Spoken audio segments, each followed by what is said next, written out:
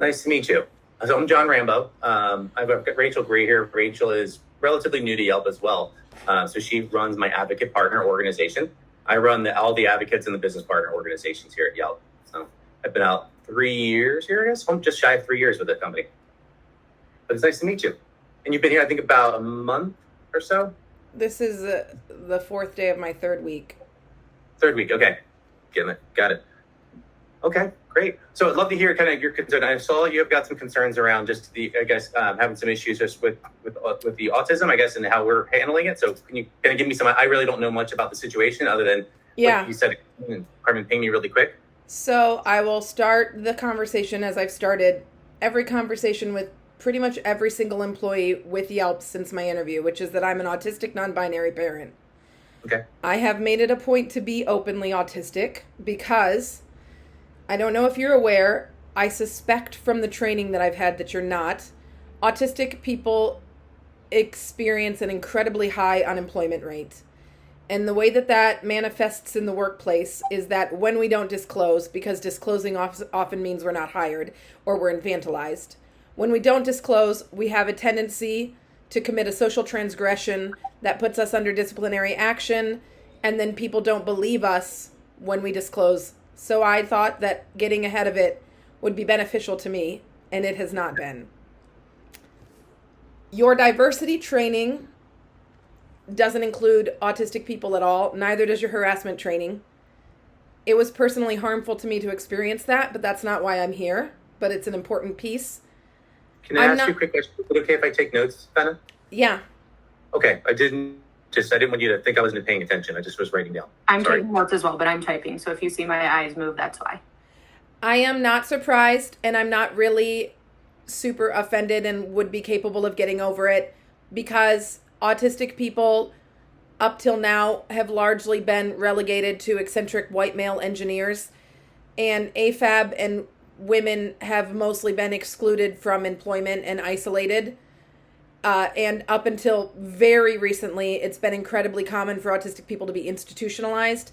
So I don't fault you that your training is ableist and harmful. And I would, if I continue here, like to work to change that. But I do want to mention it as long as I'm here. I'm here because this is my last ditch effort to remain employed by Yelp because your policies for new sales representatives are unnecessarily strict and punitive, but for an autistic person, they are impossible. I don't know if you're aware, because it's been my experience that people who are up and out of several levels above, as the org chart showed me, that you have incredibly strict rules for your inside sales representatives and training. They include no paid time off unless it's been approved before training.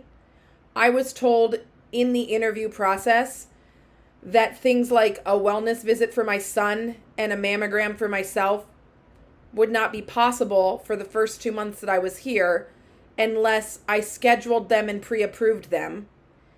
This is a practice that is inherently exclusionary, not just to people like myself who, I'm autistic, I have a very specific team in place. My son is also autistic. He has a very specific team in place. For anyone that is poor, that is a minority, that lives in areas where medical access isn't reliable, this is incredibly exclusionary. Your policy is also that tardiness and lateness and missed days, barring what Yelp perceives to be extenuating circumstances, require at least an hour's notice. And I don't know if you're aware, but having an hour's notice that you'll be late usually precludes you from being late. And that is the impetus for why I'm here. Okay. Also, your process for accommodations is convoluted, difficulty, unnecessary, and quite possibly illegal. So what happened is, on my second Thursday here, I was late by a half hour. And it seems stupid because I was downstairs in my living room, since my office is my spare bedroom, and I was talking to my husband about grocery shopping when I realized I was late. And when you live in a world that assumes that being late is always under your control unless you get a flat tire or get in an accident or are violently ill, of course this sounds stupid and like I'm lazy and I don't care about my job. And I want to reiterate that my lateness did not cause me to miss any training information. It didn't impact any of my coworkers, and it didn't lose Yelp any revenue. I was late because I'm autistic, because I have had nothing but struggles, including what I know for sure to be bullying, but I personally think was harassment from my first manager. And because I have been a stay-at-home parent for the last 4 years, and Thursdays are the day that we get the paycheck and we do the grocery shopping, last Thursday, that's what my brain said that I was supposed to be doing. So I was late, and I came and I immediately emailed my trainer and my manager, and I said, I'm sorry I'm late, I just forgot, which is the short of it. Later, and this was my previous manager, not my current manager, this was Patricia Watkins. Later, Patricia reached out to me, and I told her roughly the same thing. I was talking to my husband, I'm tired, I forgot. It took me until later in the day to realize that I forgot because my brain jumped back to a previous schedule. Because autistic people aren't always capable of accessing their feelings in the moment. And because when you're under great pressure and you're afraid because you've been late, it's hard to gain clarity. Shortly thereafter, I can't remember when, I was pulled into a meeting with a woman named Courtney, whose last name begins with a C, and I was put on a termination plan. And I was told that if I am late one more time without giving at least an hour's notice, I will be fired. And this was when it became imperative that I seek the accommodations that I had already verbally expressed to everyone. The first accommodation I requested was to my manager that I be in charge of my physical workspace. I said it in an email. Okay. The second accommodation I requested was also to my manager, also said in an email, both copied to PJ in diversity. I said I don't want to play social games because they're embarrassing and they don't build a team for me. They ostracize me and separate me from my peers. Those began a long chain with employee advocates, someone I think is named Stephanie Torres. Yep. At every step of the way, every single time, I have disclosed my needs as an autistic person. Everyone has not believed me. Everyone has fought me. They've told me that what I'm saying isn't true. They put my job in jeopardy. They have forced me into autistic meltdowns now 3 times. I had to take the remainder of last Friday off to recover, and I'm not able to work for the remainder of today. I reached out to my doctor, who I'm not allowed to see in my first 2 months because it was not pre-approved. And due to extenuating circumstances, my autism doctor, who's a psychologist, recently changed to a new behavioral health practice and doesn't accept my current insurance, which is Medicaid. And as I'm sure you can understand, I will not be giving up Medicaid to pay for your insurance. I'm still on Medicaid because of pandemic laws. And when that changes, we might pursue insurance with you. But in the meantime, I will be forced to pay out of pocket. And while it's not cost prohibitive with what Yelp is paying me, it is access prohibitive because of your restrictions on new sales hires that are inherently exclusionary and would not affect just me as an autistic person. They would affect a lot of people. I reached out to my doctor and she sent a letter and she explained that as an autistic person with a new change in schedule, especially after 4 years of being a stay-at-home parent, it is not uncommon for me to experience disorganized behavior such as missing a meeting or being late for work. And I received an email today saying that it wasn't sufficient documentation. Janelle Bryant, who I do not believe is at fault in any way, I think she is backed up against policies. Carolyn Kruger, Nina Scalzo, who I also don't believe are at fault. I think they are backed up against bad policies. Patricia Watkins, Vanessa Lopez, who is my new manager, who I spoke to today, who gave me permission not to finish the workday, are also backed up against policies, although there's more to it with Patricia. Jessica Canbick and Courtney both have talked to me, although Jessica hasn't taken disciplinary action. But I think that Courtney was wrong in not even having a conversation with me before she put me on a termination plan. I believe all of your employees are backed up against bad policy, and for whatever reason, probably due to lack of training, have refused to believe me as an autistic person and have refused to believe the documentation that I sent. And they are continuing to ask for further medical documentation, which I will not be providing because I am protected by the Americans with Disability Act, which is enforced by the EEOC, and I do not have to give you more information than is required. And both of those organizations recognize that myself, as the disabled person, are the best person to give you the information.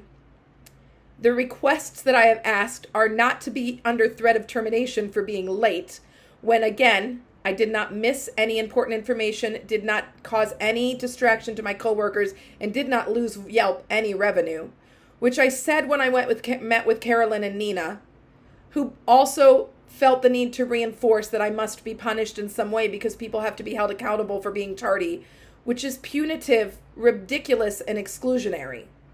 And I ended the meeting with them that day.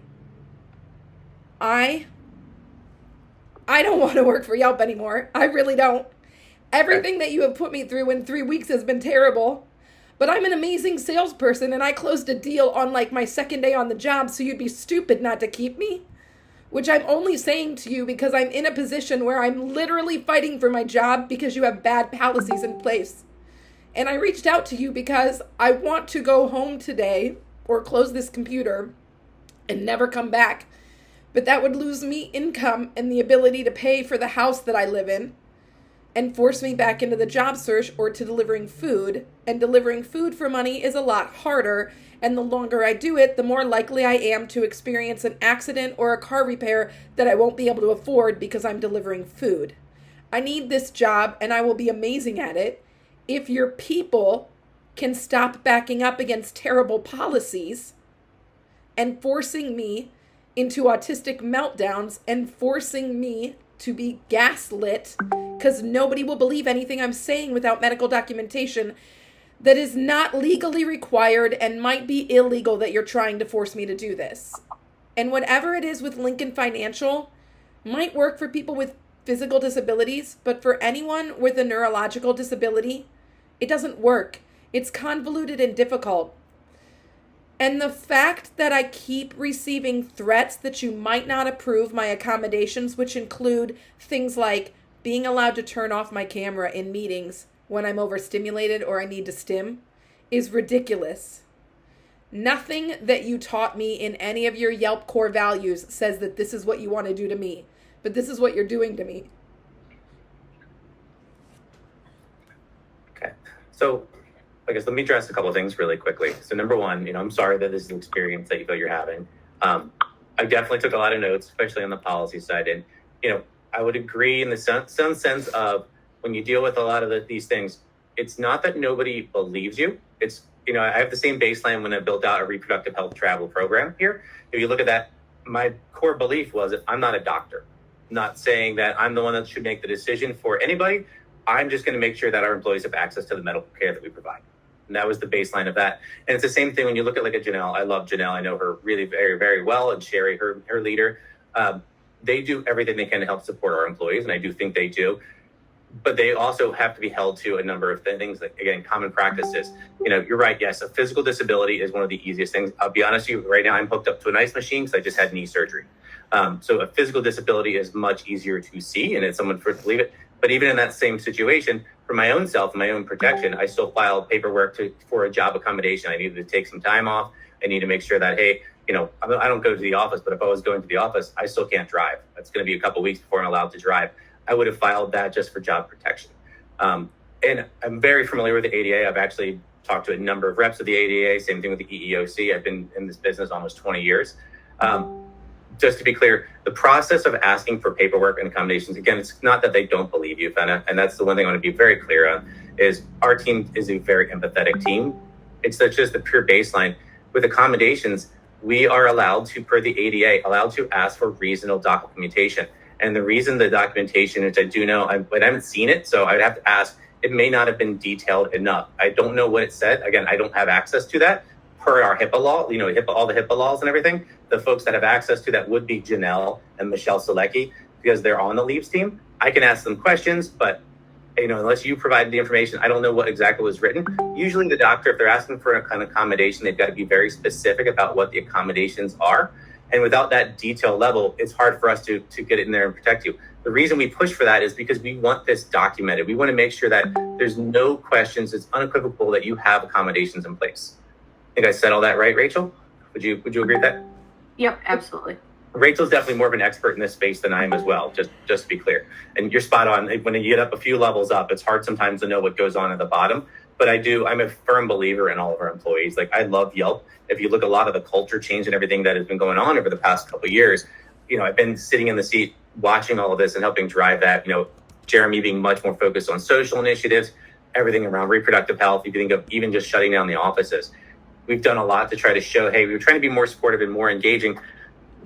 I think your comments around our diversity inclusion around autism, I think there's some work we can do. A lot of the notes I took on that space. I am going to set up a meeting right after this with Aida Tehran, who runs our training and our development, because I do think it's great information to add to our diversity, inclusion, and harassment training. Like, we should have call outs to that. I think it's very fantastic feedback. So number one, thank you for that. Thank you. I do appreciate that. And I will take action on that. I will take as much action as I can. But I can tell you, I know, again, I'll have to ask Rachel for more details. Sorry, go ahead, Rachel. Sorry, I don't mean to cut you off. Fenna, you talked to a couple folks last week about the diversity training, right? And gave a lot of feedback, specific feedback. Mm-hmm. Who was that? Who did you talk to? Do you remember? Carolyn and Nina. Okay. Yeah, I know Nina gave me a quick heads up, John, just that Fenna gave some really great feedback on that. So we can connect with them too to get the specifics. Yeah. And again, like just for your knowledge base, we actually had we had this baseline going back 2 years ago, coming out of like the BLM movements and everything. Our D&I training was like the off the shelf, like most generic that you can get. And that team actually, all of the training, they did build it in-house. They absolutely, there's a gentleman by the name of, oh my goodness, I just blanked on his name, Mr. Joy. I cannot forget his Michael Joy he was he's no longer on the team. He actually left and went over to Cameo, but he was very passionate about D&I. But it's one of those things, you're spot on. Unless you know every aspect of it, you're going to miss something. And that's one of the parts is like, I'm a firm believer. I'm not the smartest person in the room. People hear me say this all the time. I like to bring people together and get good thought leadership. And then if we find a problem, we try to address it. So thank you. We're going to make sure that gets addressed 100%. I will take that feedback, and I'm going to take that feedback to Carmen as well to make sure she helps being as an advocate for change. Sorry, what else did you have, Rachel? Sorry. No, don't apologize. I think like you said it really well in the beginning, John, of like, it's not that the team doesn't believe you, Fenna. It's just really making sure that we have that appropriate documentation to look into the accommodation and figure out, what we're able to accommodate. Like, so you're telling me that it's difficult to approve an employee to turn off their cameras during meetings when they're overstimulated? No, that's not where I was. No, that's not where I was going. So I was going to continue to say, like, in the middle of a meeting, if you need to turn off your camera, absolutely. We all do. If you need to turn it off, you're overstimulated, you have to run to the restroom really quickly, whatever that is, absolutely turn off your camera. The ones that get a little bit tougher that we have to have, where that documentation is super important, is when it comes to having a set start time and asking to come in at any point or anything like that. So we can look to see what that looks like for your role. I'm still being new to the organization, don't know off the top of my head how easy it is to come in at various points, but we can definitely look into that. But looking into that ADA accommodation would be definitely beneficial to make sure that we set you up in the best way as possible to make sure that you're successful in the role. I can't be successful in the role if you're threatening to terminate me for being late. So, and again, I wasn't part of that process. I'd have to see all the details of it, but I can be clear. I do know the sales organization has some of the most strict attendance rules. And a lot of that comes down to consistency. I'll be bluntly honest. Again, I do not know. I know I got your feedback and everything. I can tell you, I don't have all of the details of the why. In my experience here, a lot of it came down to it was rampant abuse. And then when it comes to training class, it is very important. I know you may not have missed some of the kickoffs or anything, but they hold that time very structured. They want people there on the same time, so everyone's getting the same education, the same development. We're building the teams. here we're a community. That's the way I look at this place. That's exactly, I mean, hopefully, Rachel, you've seen that in your short time here, but Yeah. I try to look at this as a community. I know PJ, who you're referencing, PJ Ortiz is one of my favorite people, as well as Uli. She's on the same team as her. Fantastic individuals, but they understand the same thing. We try to build a community here of being connected. It doesn't mean being on camera all the time. I'll be blunt. Like Rachel said, a lot of times if I have a long meeting, I tell my team, turn your darn camera off. I don't need to see you. I don't need to give you any more burnout. Take the break, let your eyes chill from the blue light a little bit. Or a lot of times I'll set one-on-ones up with my cell phone. So I say, okay, just call my cell phone. We'll do a one-on-one that way. My role is a little bit different than some of the sales roles. A lot of it is showing what's on the screen and CRM or walking people through processes. So it can be a little different. It makes it very difficult. But I know the attendance guidelines, that role does have very strict, attendance guidelines. There is ability to take time off. If you need to go to the doctor, yes, we can get that approved for you. It just, the reason we have it, again, is rampant abuse. So we try to make sure these things get approved ahead of time. If someone's sick in the training process, we get it. We've had people have gone through, major situations where they've gotten very ill and had to miss most training. And a lot of times what we'll do is they come back the next month and go through that next month of training. They'll get through. We want to make sure they have the right time, but it doesn't preclude them. We want to make sure they have the ability to do, hey, do what you do, take care of yourself, and then you can come back and take the training program. So they are very structured, and that's part of the sales organization. It's an inside sales job. It's very focused on the time. People are held to very strict metrics. It's not the same as mine. I don't have as many, I don't have metrics of how many employees I need to talk to on a daily basis. I have more, goals and targets that I need to deliver in the longer term, but that role is very metrics heavy. Everything they do is based on the time people are on the phone, how long they're on the phone, the number of dials they have. It's a very difficult job from that perspective. Personally, I couldn't do it. Just be 100% blunt. I do think I'm a good salesperson. I sell every day. If you think of all the policies I have to get Jeremy bought onto. But I definitely could not do that job. So my hat goes off to the fact that you could do it. That's great to hear you had a sales in your first couple days here. But what's not going to change quickly is the broad policies on some of the attendance and the way we handle those things. We have to be consistent, because that's especially when you start getting into legality. If I'm inconsistent in practice of, hey, this individual, is coming and going whenever they want, but this person's not, I need to hold them to the same degree. And this goes back to, if you need accommodations, why we're so forward on, hey, file the paperwork. Let's make sure that we can help you with this. Janelle and Michelle Selecki, they can absolutely guide you through it. And it's not our fault that it's such a complicated process. This is our lovely government, and the way they handle all of these things and the protections that come under the ADA and everything that comes from the EEOC, it's not super easy. Yes, and that's it is. It literally side. says on both of those websites that an employee can just say it out loud and you can just accommodate them. It's not. I can even send hard. you details from that exact website where it flat out will say say completely contrary to that. So I'm not sure where it says that, but I know where it flat out says that an employer is allowed to ask for reasonable documentation. Which reasonable documentation is, it just needs to justify, because a lot of times, if the disability is unknown, that's what it says. But again, there's a lot of other ones where it gives us a lot of broad latitude. They're not super specific, and that's the one thing they're not saying specifically for these. Yes, because we have a constitutional right to the privacy, and that's why I'm not providing you with more medical documentation, because I have a constitutional right not to share my medical documentation with you. That's why they are vague, because we are protected. Right. To formally approve an accommodation, we have a right to ask for the documentation. That's why we also ensure that anyone that has access, like I said, I don't have access to the information. The only way I can get it is if you share it directly with me, or if I went through the HIPAA certification and I became certified. I have no need for the information. I've got teams that handle that, so I don't do that, because again, it's one of those things. I came from the defense industry years ago, where I was a TSSCI, certified individual. I didn't access information unless I absolutely needed it. I don't need to access employees' health records, so I don't have it. I'm not HIPAA certified. So they're the ones, they are HIPAA certified. All that documentation stays safe and protected with LFG. We use them as a third party to help continue that protection for our employees and all of their personal information. And we try to limit anyone who has access to those details. Sorry, let me shut that off.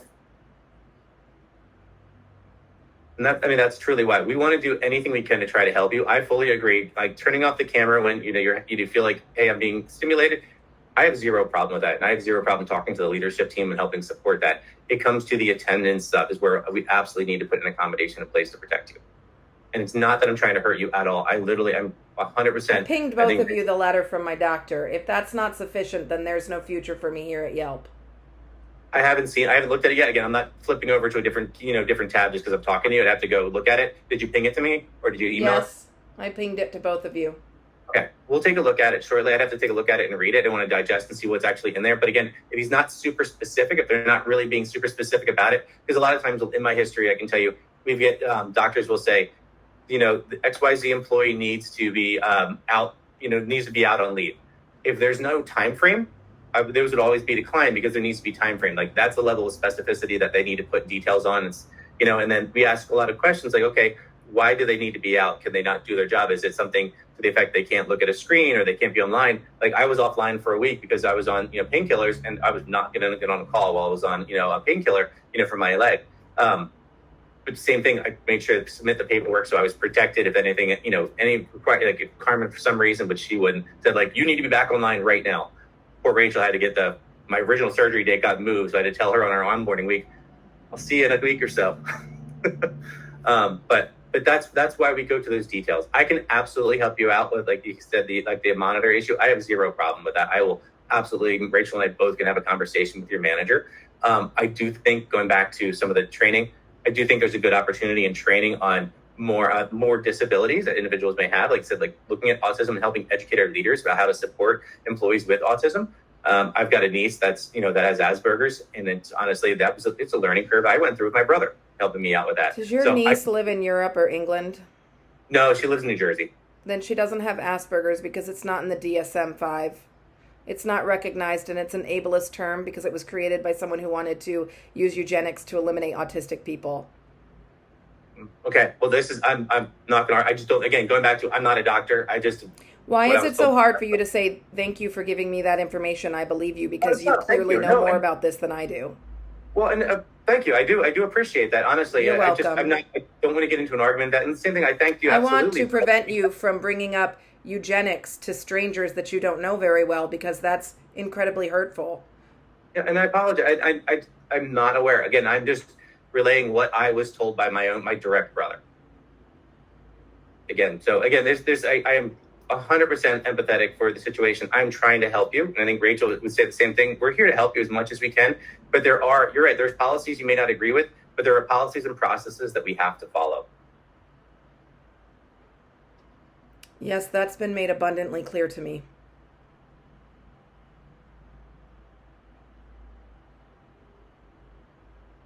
Thanks for your time.